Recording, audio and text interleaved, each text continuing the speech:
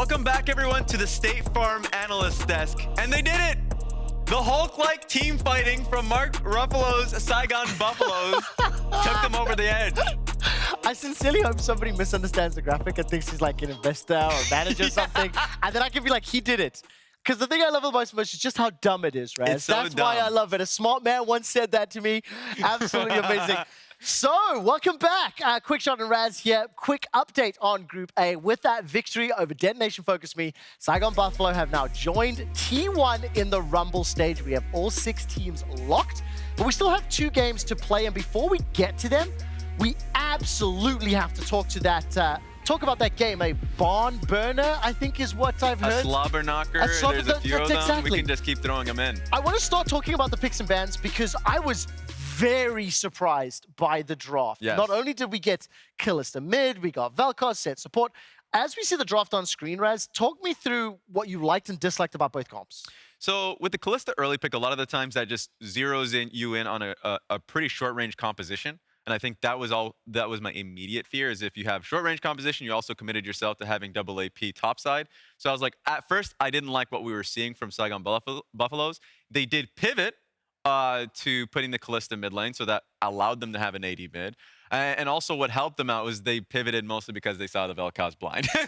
Yeah, I mean, no doubt about it. I mean, we've got the Kai'Sa on screen. And this was actually played by Froggy and Saigon Buffaloes twice last year. We saw it mid and top in the LCS as well. Yes. So, but this is a bit of a fringe pick. Do you think it worked? Do you like how they used it? So the biggest positives with the Kai'Sa pick is that you can always set up mid lane dives. Yeah. That you can always like pressure mid matchup, and then you can get your jungle and support along with you. But Froggy said, I don't need that. And this is what I didn't like about it, is because if you just say, I can look to dive Yahorong solo, and that's what he ended up doing and trading kills, you are going to be a target of steal. And that eventually happened. Raz, my man. What's up? What you're trying to infer and imply here is that Saigon Buffalo Detonation Focus we're going to come in with some level of restraint. Yes, I wanted restraint. Some level of control. Yes. That did not happen. I wanted a setup. I have so many replays for you and everybody at home that we're going to talk through. The first thing I want to do is highlight what the early game looked like. Because by 6-7 minutes in game, we had 8 kills on the board. And Raz, can you make sense of this for me? Yes, and so like my problem with this is that you can easily set up with Diana. It didn't work, but you're right. It turned into a scrap, just an all-out brawl. And it was working initially, I would say, from Saigon Buffaloes up until this moment, where they pushed so far deep into Detonation Focus Me's jungle for 1 kill. This kind of became a theme for the rest of the game, that they got collapsed on, and ultimately Detonation Focus Me had an in. I mean, I love this replay, the melee Vel'Koz, the melee of Phyllis just wandering through 4 members of the opposition. Yes. The thing that like boggles my mind a little bit is both teams just opted into this. It was so kill heavy. I think there was 62 kills by the end of the game. It was relentless and non-stop. Yeah, and you can always just see, based off these last 2 replays, and it was consistent throughout the game, that the supports were opted in. It's like, okay, I'm not staying bot lane. I am going with the team because mid lane was the end-all be-all, and Kai'Sa started to fall really far behind. Yeah, really did. Every single one of these replays that you're seeing from the early game, bearing in mind, this is the first Rift Herald, right? Yes. We're approaching now 8 kills on the board in total. Steel was the beneficiary of every single kill or assist for his team up until 16, 17 minutes, right? Yeah, he was getting triple kills. The first triple kill that happened to bot side, a second one much later on in the game. I'm sure we'll see it. And it was a bit of a battle between the junglers because I liked what BJ did on his Diana. That one team fight that we saw around Rift Herald started to get his team back into it again. Yeah, I mean, take a look at this. This is the jungler on the losing team. Oh, it hurts. Okay? Stop and think about that for a second. 16, 4, and 10, 757 damage per minute, which is just ridiculous. Yes. And still lost the game. It sucks. Yeah. I know everyone at home feels those moments when you're in such a winning positions. You have Drake stacking in your favor and everything. You're winning team fights, and then you just lose one pivotal fight and the game along with it. But don't get ahead of yourself. Look, I have one more replay first. Okay, my bad. You can always hit it again. I want to take a look at another team fight here because what's crucial is I think up until 22 minutes of the game, it was the Saigon Buffaloes that were pulling ahead. And you see this team fight play out. Again, really indicative of the entire game. Scrappy, back and forth. Questionable decision making. But crucially, at these early game stages, it's the Buffaloes getting the kills, it's the Buffaloes pulling ahead. By the end of this fight, they were 3,000 gold up, Raz. It's insane. And by the way, Taki was a hero in a lot of these fights. That huge pull that he had on his E into a follow-up, and he still ended up kind of losing the fight at the end anyways, at that point. So it was crazy. Oh, Harp gets Dougie down. A little bit of a whoopsie. Yes, but that once again, going back to the point, this happened a lot in this game. And for me, it was about the engagers. Because the range that you saw initially from Detonation Focus Me and their Vel'Koz and the Aphelios, I wanted to see that throughout the game. I wanted to see them not opt into these fights because A, that's what VCS is better at UN, and that's specifically Saigon Buffaloes, but then also that's what their comp does. Yeah. I think as well, the engagers, very important to highlight, I agree with you, but I think it's crucial to acknowledge that the positioning decisions, I don't want to say errors, but the positioning could be punished, Specifically Steel, because it felt like a miscommunication. He W's over the wall thinking that they were looking for a dive, but like a second beforehand, they're all backing away. I think I have a replay where Steel actually wins this one for DFM, because as I mentioned, up until this point, it's Saigon Buffaloes that are in the lead. It's Saigon that are pulling ahead, accelerating, as you can see on the dive onto Unipon. But then as the fight continues to play out, here comes Steel, and that's a terrifying monkey. And remember, this is the first pick, Wukong for himself, and he's already putting in a bit of damage on Taki while, I would say, putting Shogun in such a bad position. That's a shutdown kill, by the way. Shogun was doing really well in the earlier fights, and so Steel's able to get the kill on both these guys because he's dealing with them solo. And that happens so often. He was zoning so many members of the Buffaloes. This again, for those keeping up to date, is about 20 minutes in game by the end of this fight, and all of a sudden, Detonation Focus Me, they close the gold gap, they pick up a couple dragons, and this was where the LJL took control of the game, and it felt like they were in the driving seats until one last replay, which I'll bring up in a moment. And there were a few mistakes, because you're right, they were in a driving seat, they were, in my mind, they were pressuring towards top lane inhibitor, and two mistakes happened for me. One was inconsequential to the whole fight, which was Evie looking to go into melee range and hitting the turret when he was on Tryndamere. I mean, he's lost about like 50%, 25% of his HP, but then it was Vel'Koz as well. So I think they need to play slower. But it's when you look, I know what you mean. It's great to watch. Statement of a lifetime. But when you're in a game like this and it's just constant fighting, you get pulled into it, and I think that's what sucks is that Detonation Focus Me, that happened to them quite frequently. Oh, it did indeed. And every second counts, and thanks to the reliable Cisco network, the Buffaloes fight back in a huge team fight, turning the game on its head. Raz, break this one down for me. Yeah, so the initial engage came through Prime Taki, and it was stuffed. He instantly gets popped. I think he was concerned about using his W way too late, and so he ends up using it early. No damage comes from it, and so they end up like buffing it. They had Baron buff as well. This is what I talked about. An early ulti there from Yaharong gets punished instantly, and beautiful Diana ultimate followed up by Kai'Sa Shogun. Their team fighting is so spot on. You make one mistake and they hop on you like that. And the thing is, like, these team fights happen so often, and up until this point, DFM had been winning most of the mid game. It was like Saigon Buffaloes won early game, DFM won mid game, and then the late game team fights, because of itemization, level, scale, ultimately Buffaloes won that fight. Death timers were long enough because there were 60+ kills in the game, and they ran down the Nexus. So you see DFM waving to the fans there in Busan. They've been eliminated, and look at that gold gap. It tells the full story. It really does. The end of that one, just the fact that they had such a large goal lead by the end of it, and then they end up losing it off of 2 team fights in a row. And so if you just look at the composition, it sucks for you to say, you know, you take a step back of it and says, oh, that one team fight topside, if we play it a little slower, wait for the next wave to come in, then your Tryndamere's in a better position, your Aphelios and Vel'Koz, who you're trying to play for, is in a better position. Do you know what I really love, Raz? What? I really, really love how calm and collected you can be with like highlighting these things the team should have done. But frankly, by this point in the game, there was probably 100 decisions that could have been played differently, shall we say. But they got sucked into the chaos. What I do know is just some closing thoughts briefly, because now Saigon Buffaloes, they are qualified for Rumble, right? This team is not afraid to scrap with anyone. They went toe-to-toe in the bottom lane, at least in the very first game of the tournament, and they will be able to close out our group stage playing T1 later today. What I'm interested in is, what do they do with no holds barred? Because now they're in, they're locked, this is a free game. And what the hell are they going to do in Rumble stage against every other squad? Look, just lean into what you're good at. It's kind of insane that they picked a composition that was very scrappy, they played towards it, and they ultimately picked up a win. I think, for the rest of the day, try it a little bit more, kind of variants with Froggy. I want to see if Froggy find a few more champions, maybe the Jace or something like that. And then when they go into the next stage, look, as a North American representative, I'm worried.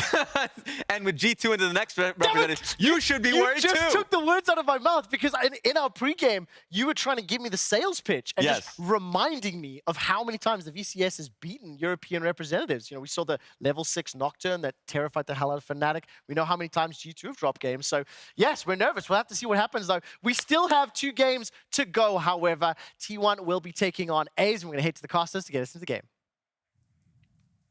Thank you guys there on the analyst desk, rather. We are back here. I am Valdes with Wolf once again. He's feeling a bit better. Yeah, my voice, as you guys know, was definitely not as there as it is now. It's still not, I'd say, 100%, but thanks so much to Ox for filling in while I was trying to spend some time to recover.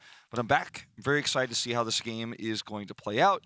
Could be another extremely one-sided one, but I think there's some joy in watching these types of games, right? I think as much as the last game being very close and very back and forth is exciting, there's another type of game that people enjoy, which is to see how dominant a team can look at international competition. Let's see if Aze can bounce back this time around in the second round robin. Yeah, gonna be curious, you know, at this point, you know, something you were talking about with this team is that they were experiencing a lot of nerves. You know, that's something that Dimitry said, you know, he's feeling ashamed, he's not feeling great about his position. They feel like they're not playing to their tippy-top level. So now maybe that they are officially knocked out, they can just say, hey, let's throw caution to the wind, let's play weird stuff, let's have fun, and maybe that'll give them a good opportunity to upset T1 and maybe leave their mark here on MSI. That's another angle. Because both of these teams' fate is decided. T1 is advanced, Aze is not. And we've already seen Aze play some pretty unusual champions this tournament. I think T1 has definitely taken the cake in that regard. So what we could have on our hands here is one of the craziest games of the tournament so far in terms of 10 champions that are on the Rift. So support's going to be the funnel here for T1 for now, taking away straights. Leona, Nautilus, engaged champions, making that 2v2 a little bit more tough to play out. Yeah, definitely going to be a nice little play there in the draft. I'm curious also to see what weird stuff Keria will play, because you know, I think with the 3 support bans, they're also saying, okay, This we've is got, exactly you know, what I'm thinking we've too. got something special. Yeah, I definitely maybe that think that's what's support going on. coming back, you know, I wouldn't be surprised, something like that. Yeah, I think there's a really good chance that you're right on the money with this, because these more standard supports can really throw wrenches into the gear of more fun supports. So the Wukong, such as Wukong. Yeah, so the Wukong will get locked in first. Again, for T1, the only team that's really used it as a flex pick, but certainly a possibility here for Keria. We saw the Wukong Senna, in fact, the last time these 2 teams matched up. So the Ahri is definitely face up here as something I think you want to take away from FLICKR. Lone can definitely play the pick. It is quite strong right now, so seems pretty obvious that you do want to take that off the board. Yeah, I think Viego is the most common champ to pair with this, but they will actually go down the Lee Sin path yet again here for Dimitry. Not going to be playing the more LCK Ahri style, as we'll see that Nidalee hover one more time. As the Wukong is already locked in, very unlikely here for T1. And it's difficult to predict what T1's next move is going to be, because they have played so non-standard, especially in matchups like this so far in this tournament. What's going to be the swap? Going to be the LeBlanc for FLICKR, which is so common when left open. He either takes the Ahri or the LeBlanc when given the chance, and this will be no exception. Yeah, goes for that LeBlanc, and yeah, I mean, it's an important point that you make, because T1 are on to the next stage, so they can play a lot of weird stuff. They can also just play incredibly standard if they really don't want to show anything. So again, we could see a whole sort of different things here from the side of T1, or they just go ahead and play LeBlanc Jace. It is going to be Gwen, though, instead, so we will see Gwen once again. Now, before the second banning phase here, you pick Gwen at this location. Lonely has the opportunity to play the Jace counter pick. We saw this matchup, this exact matchup last time around. They play Gwen face up, Jace comes out, and Zeus crushed the lane against a counter pick. It looked like, you know, he was the counter to Jace on the Gwen. How dominant he played the lane. Might just be wanting to kind of show that once again. But it will be the Gangplank instead, left open here very well-rounded composition right now so far here for Aze. You've got the late game scaling, you have pick potential, you have really good mid-game fighting, as they're not going to let the Senna come through this time.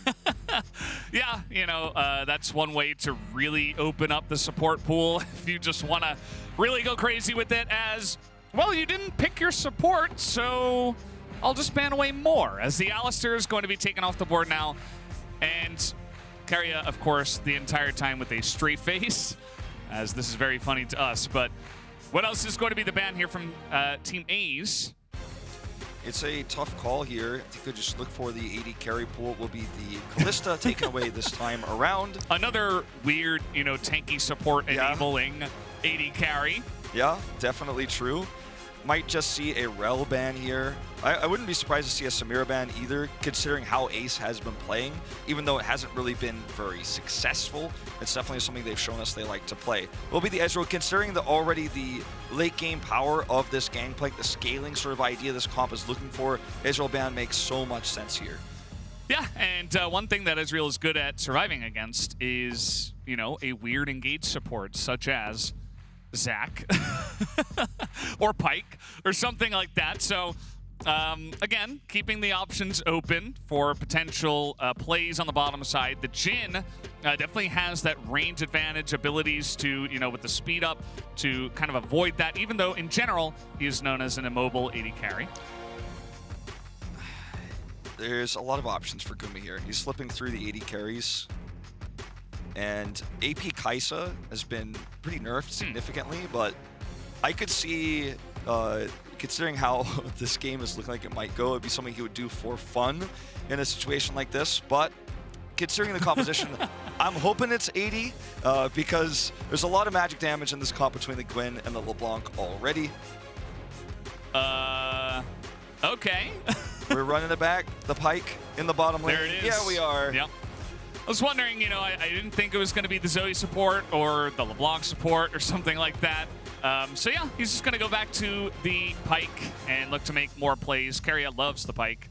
And now we do get the counter pick, essentially, in the bottom side. Straight's got a big smile on his face. And I think the set is a pretty good option here. Obviously, set has the ability to react. They actually end up going for Renata instead here in this composition. It's tough to pull this off, but when you have the big explosive damage for the Lee Sin, the Ahri, you might be able to actually get the bailout to go off on your AD carry or even Lee Sin in these situations, especially if the game goes late. He's got something like a GA, it becomes very difficult to kill him in team fights. But man, on the side of T1, we have Keria's Pyke, which can threaten each and every one of these champions. Even though Lee Sin is not going to feel safe if he gets hooked in. And the extra gold that can get funneled in because of Pyke's passive into this composition, Gwen gets her items a little bit faster, potentially, if she ends up helping win some of those mid-game team fights around Heralds. It could be a very one-sided game here for T1 if they find that success. FLICKR loves playing the I'm 7,000 gold ahead at 15, I'm playing LeBlanc, you have no vision, and I am just everywhere. The flashy champion for him, one of his most famous career-wise. And this is how T1 want to take their 5th game in a row. Well, we'll see if it happens, or if we do get the big upset here, as everybody on the side of T1, they look extremely relaxed, like they're having a good amount of fun. I hope only that Team Ace is feeling the same. You know, that's what I would love to have come into this one. Nice little game. It's not going to matter too much for the standings, but who knows? Maybe you pick up a win if you just play relaxed and you play your game. So really looking forward to this one and seeing what Team Ace have in store for T1 this time. Yeah, I hope that we see a lot of aggression in the early game here. I do like the potential that Set has into Pyke in those early levels because he's just simply so tanky in terms of his stats and how the 2v2 can play out against Kai'Sa, you know, who also at that point won't have her abilities evolved. Korean crowd, T1's playing it in front of course, as well. They have that extra buff, and okay. Dimitry did not buy any items.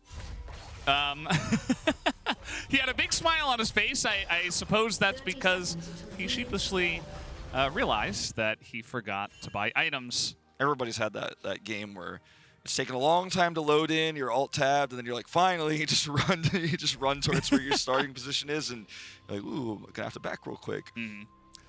FLICKR's just waiting in the mid lane for the emote battle. We'll see if it happens. Maybe you can use the scare prize emote. Could happen. Could happen. I am... I'm most curious, if I look at all these matches, I'm most curious about how Zeus versus Lonely goes. Because I think Zeus has so quietly been one of T1's best players this event, but the focus has always been on the more wacky picks we're seeing for Keria on the bottom side, FLICKR being flashy. We saw his Zoe earlier, his LeBlanc.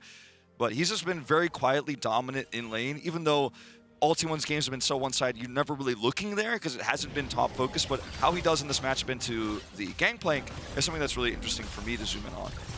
Yeah, I mean, especially with the last game that we did see, Evie and Steel were actually able to make his laning phase not free, which is a lot of what we have seen. Zeus just kind of getting a buy, essentially a walkover, and obviously a guy with his skill, he's able to make a lot of it. So I was glad to see them actually prepare something and focus for that lane, as Alone actually takes a very nice trade here with that Foxfire to get the Electrocute procs here onto FLICKR, something that FLICKR also often does with the Ahri. Yeah, it's his playstyle, just goes Foxfire first every time, looks to proc it as soon as possible, basically on cooldown. Will lose his passive, the clone, not going to be too impactful in a lane like this.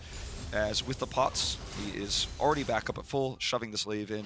Dimitry, at level 3, could look to make a play here, but I think FLICKR is very aware of it, knows his positioning here with the minions. It's just making sure that he is on the left side. Now, FLICKR doesn't have his passive. That is the one thing that he did not have, but Distortion available. Generally, when you go for a gank like that, you got to wait for the LeBlanc to be aggressive with the Distortion so that he hops back, or he doesn't hop back. Either way, he doesn't use it for escaping. And you could tell based on the way FLICKR was moving in that lane there and kind of how he was teasing the idea of a gank coming, he was absolutely aware. He instantly distorts to avoid the Sonic Wave coming through, and his positioning in the minions means that Alone cannot actually charm him. There's just simply no way for him to close that gap and find it. So Dimitry, in terms of his pathing, he has done the entire bottom side of the map and the Raptors. So he has 4 camps, but note that he skipped the red buff, is going immediately to the top lane. The Q is going to miss, and Lonely eats 2 turret shots. So now trying to trade it back. It will be first blood, though, as they do identify that that is a very nice time to go for the gank. Dimitry here looking to fight. Now 2v1, Oner does have the double buff, and he is looking to try to get this one down, but now Lonely is able to frontline, and he's going to take another kill, and all of a sudden, Team Ace, they're up 2-0. 2 kills in this early game. You see Alone on camera there is feeling pretty hyped. His teammates make the 2v1 happen. The gank is successful on the top side of the map. You fall behind a little bit in terms of the jungle clear, but you're able to make this gank happen. Early Sheen for Gangplank is always a nightmare for melee champions to play into, so this is going to be so frustrating. As FLICKR Alone's in some trouble here. The charm, or rather the chain is going to be enough, and FLICKR burns down, but it is not enough to kill him, as with the Ignite, he's able to take down Alone in the 1v1. So another kill going over to T1. Keria not want to be playing that one too aggressively at this early stage. Is this real? Is this real life? There's not actually a setup here. Like there's not actually an angle FLICKR. Like there's no reason. Yeah, so we have the flash here, and they're actually still going for this one on the bottom side, as Pyke is going to be taken out, as a nice little setup there to take him down. As now we're going to have even more fighting up in the top side. Zeus getting very aggressive, but Dimitry now he's got a good angle, and Zeus with no flash here, he is in a lot of trouble. Yeah, he's going to get Sonic Waved. Yeah, perfectly done there. Able to hop over the ward after the Sonic Wave. It is perfect. Ward hop, slow, and it's guaranteed kill here. So it's 2 deaths now for Zeus in this laning phase. And this is, for me, the lane I wanted to focus on. How is this going to go? Is he going to end up being able to play this one out into the Gangplank? Will he be successful? Will he dominate Lonely again? We don't often zoom in on it, but it's Dimitry who's actually shaped this lane into Lonely's favor. 1-0 and 2 now on the Gangplank. Had the early Sheen, is going to back buy again here. And these advantages are going to start to stack up over a Gwen who likes to often control the mid to late game with those item spikes, but they're now so significantly slowed. Yeah, and FLICKR's continuing with his dominance. Of course, we did have that little bit of a wonky thing, but it actually made a lot of sense. He was trying to push in the wave and also execute himself. But that's neither here nor there, because He's still making plays here in the mid lane. Alone is going to have to go to the Spirit Rushes now. We do have Oner around as well. That is going to be the kill handed over to Keria. As you see, Alone is trying to trade it back, but still just the one kill, and the roaming begins for this Pyke. Yeah, and this is when things can start to get really, really frustrating to play against. Last time when Keria played the Pyke into DFM, they had such an early dominant lead that he didn't necessarily need to go Umbral Glaive. Still a strong possibility in this game where you control that vision, you become very frustrating to play up against around, you know, even things like your own blue buff in the jungle. Keria's looking for another hook. Not gonna happen this time. Yeah. Just gonna accept that handshake and move on. FLICKR. Another chain. Still doing this. He just hops back, not willing to get charmed. He knows that the trade is good enough. And he's starting to get a pretty significant CS advantage here as well, making moves like this as the wave crashes through, making it very difficult for Alone to actually get that money. Okay, Dimitry is on a ward. On several, I guess I should say. So Keria is going to back off in respect. Yeah. And you can see that even though Team Ace was able to get a couple of big kills in the beginning of this game, still falling a little bit behind on the golds. I think that Lonely is in a fantastic spot though, so they still have ways to come back in this one, but they're trying to engage onto Straight as the handshake gets Guma a bit far away. He's not able to follow up onto that one, and Straight will survive. Yeah, Straight very low on health here, but does survive as you mentioned. And Keria is not finding, you know, repeated successes just yet. The snowball hasn't fully started rolling. Yes, okay, here we go, top side again, Lonely. Yeah, Needle's already coming out, and a lot of them actually missing. I think only the first one actually hit him, as Oner, they should know he's here. He did just clear out a ward as he's trying to get on in there and at least push Lonely away, but he is going for the kill. The knockup comes in, and they're gonna hand it over to Zeus as well. Excellently done by the top and jungle duo from T1, is now Alone. He has just not been having fun in this game against FLICKR, man. This has not been good for him. The Spirit Rush over the wall, though. They're looking for the charm onto the Wukong, but that is not the correct one. Nope, sadly not. But what's so significant about Zeus picking up this kill to stabilize here is it's at a timing where Lonely, of course, has no teleport, can't go back to lane. He ends up picking up a nice CS advantage here. And this means that in side lanes later on, with this composition of T1 running, they have a LeBlanc, they have a Wukong. Gangplank will not be able to side lane as safely or as deeply as a Gwen, who has really insane resistances, will be able to. Her lifesteal, she's so impactful in even 1v3 attempts where people are trying to kill her. She survives, her solid rotations can come through. So it was really important for Aze to try to shut this Gwen down early, and they were pretty successful until this follow-up gank hits. Now it's a CS advantage. So Zeus is going to have such a massive impact, not in necessarily the same way as you would if you were a Fed Gwen, but later on in the game, he's so much safer. So you really just want to like delete the Gwen by making sure he does not get to play the game. This kill is back to relevance. It's almost like the last two kills didn't matter. Yeah.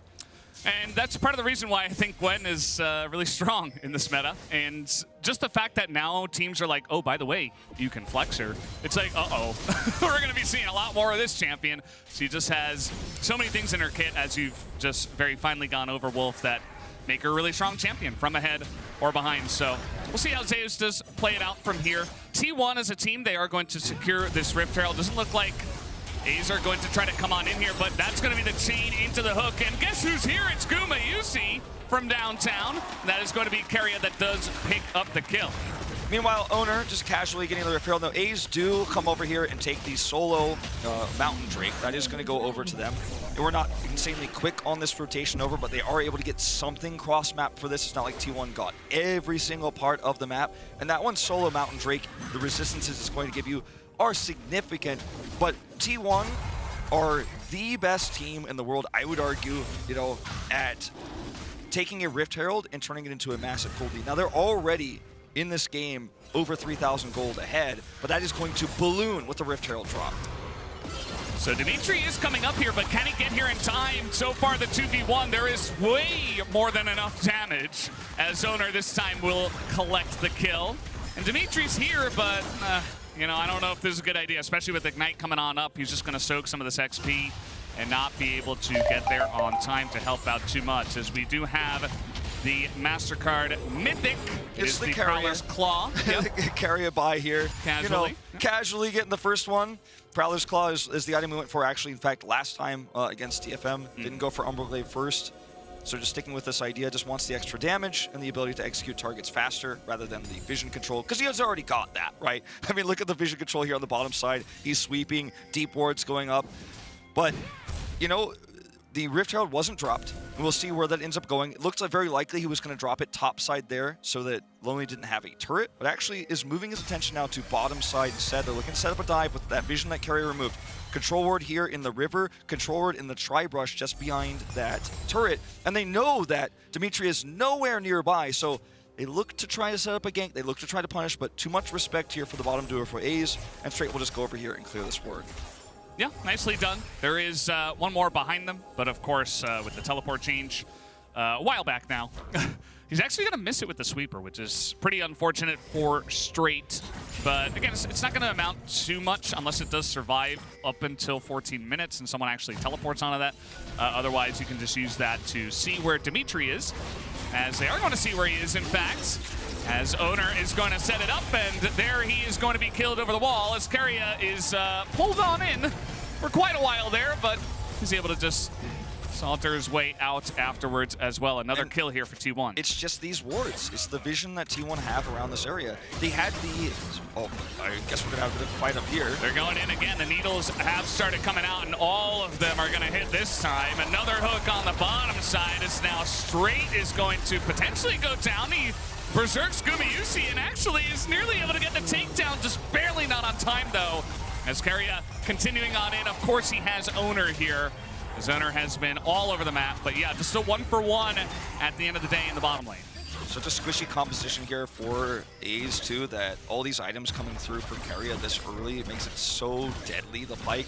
Also, the commitment here to try to trade 1-for-1 for Aze leads to extra plates going over to the top side of the map here. Nice clone. Okay, Cannon Barrage even committed to. They've got aloned over the wall, and that might just be enough as he's trying to dodge in here. He's able to hop onto the chickens, and that will be enough. And now he's got his old team here. Keria in position. Nice little kick comes in as they're trying to give the kill to FLICKR. Takes him a little while, but he does pick up the kill. And now T1, they are 8,000 gold ahead. Yeah, it just happens so suddenly in these T1 games, right? And you get a lead from the objectives you take when you get a single kill. The plate gold on top of everything else. Now you're starting to put the pressure on Aze. The wave manipulation on the bottom lane is why these ganks are so successful. You have wave manipulation plus ward control, and then suddenly 5K straight are like, I can't farm. Dimitry, please come help. Dimitry comes over, he's spotted on wards, he's taken out by Oner, and they just collapse in time after time after time. It's so oppressive the way this team plays. So you force resources down to the bottom side of the map. Now Gwen suddenly was behind earlier. Okay, 40 CS up, casually, 2-2-1 after an 0-2 start, because you've pulled so many resources on the ramp. You're forcing cannon barrages in skirmishes because you're so desperate to try to get anything back, just one piece. But look at the wards on the minimap. It's just insane.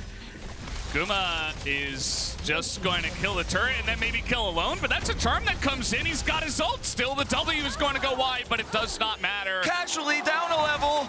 Gumayusi, All by he's just himself. got enough. Keep in mind, Alone doesn't even have his first mythic. He's so far behind. I mean, the early game for him has been the most dire after FLICKR has had his way, and now Dimitry is at least able to trade it back. Some turret shots, so I mean, Oner is on the chase, but he will be able to hop away. And as we zoom out, we have a little bit of trouble here as the kick comes in. And Dimitry is in a lot of trouble. FLICKR is also on the run, but the Berserk is actually getting some nice value down, but not quite enough. As Straight also will be handed over to Keria, and all that gold will go to the entire team. Everybody's getting a cut of this massive lead here for T1, and that is going to be somewhat reflected in the now 11,000 gold lead that T1 are holding here at 15. And they're not done. Just going to use the reset here to get a little bit of damage on. Yeah, denies the back and forces an ult. I mean, yeah. But unfortunate for Team Aze. I mean, I like how they started it out, at least, you know, a couple kills.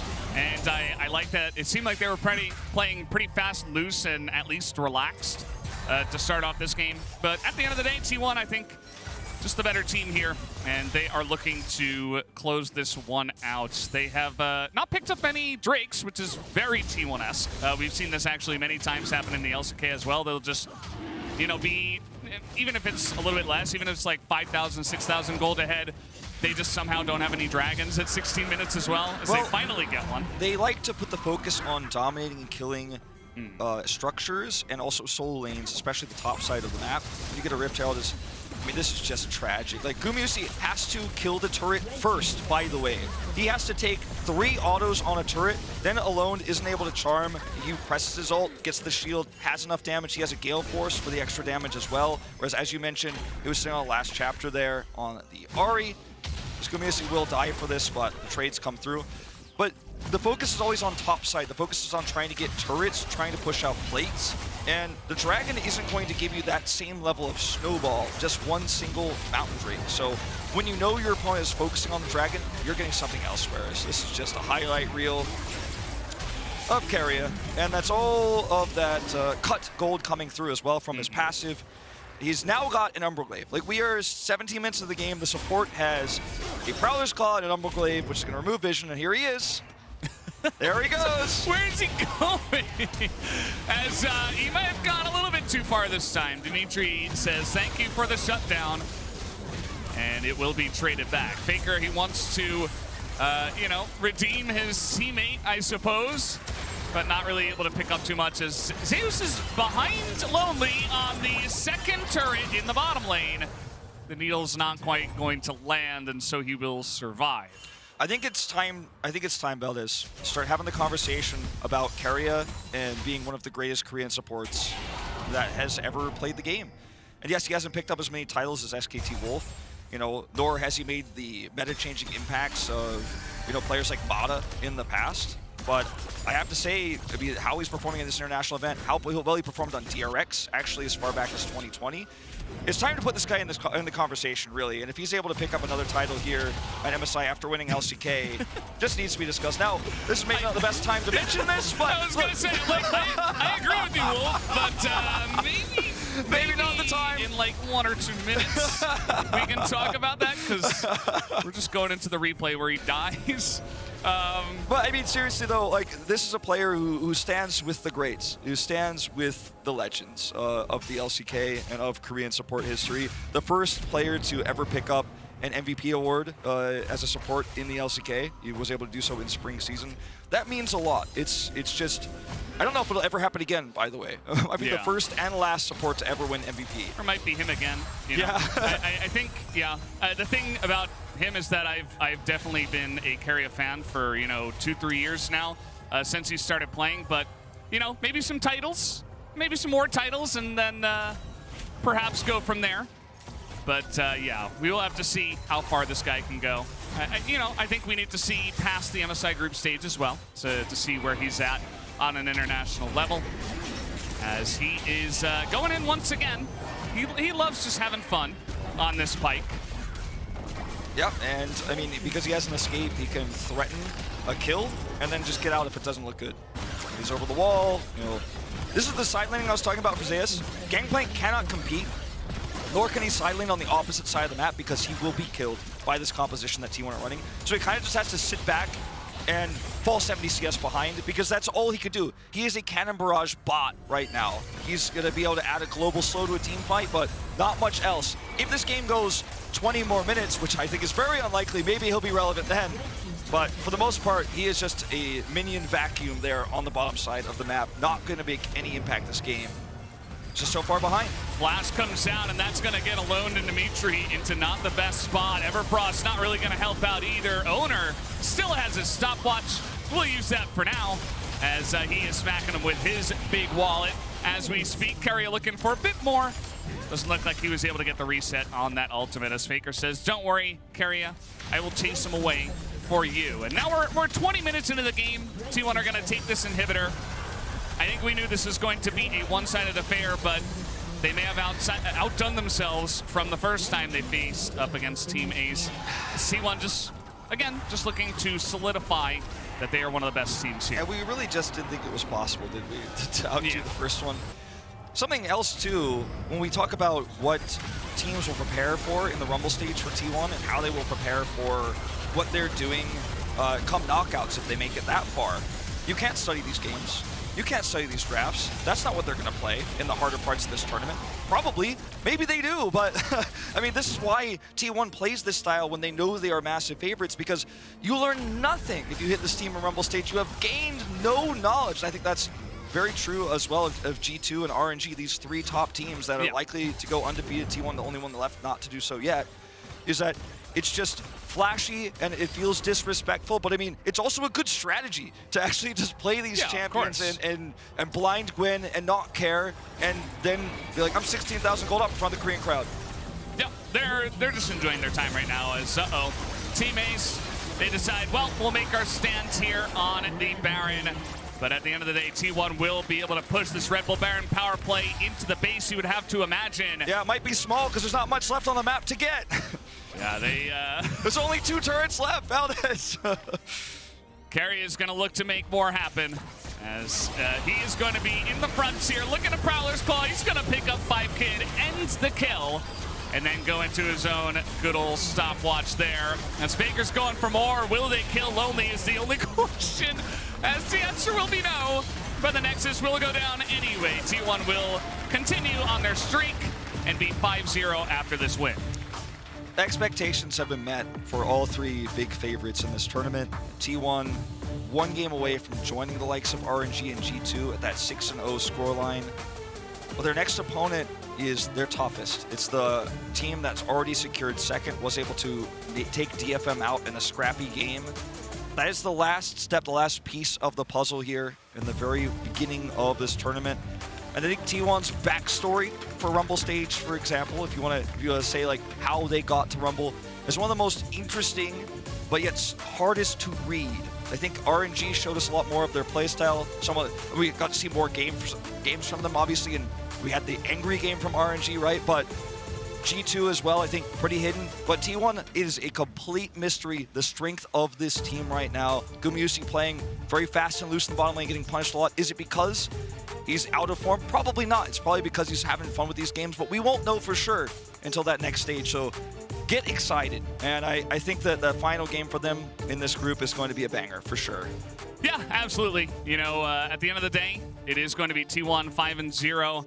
And they've got 1 more, as you did put it. And it's going to be the rematch, and we'll have to wait and see if Saigon Buffalo can actually do what they did before, at least in the bottom lane. You know, that was when everybody was getting excited right at the beginning of the tournament for that MSI matchup. But yeah, I mean, that's going to do it for us. Well, thank you guys for enjoying our cast. We have also loved to be here. But for this year's MSI, we asked the teams to pick 4 tracks that they think could be their team anthem, and then asked you, the fans, to vote on the winner. Here's the team anthem you selected for Team Ace, Dynamite by BTS. Listen to all the team's anthems on the official MSI 2022 playlist on Spotify.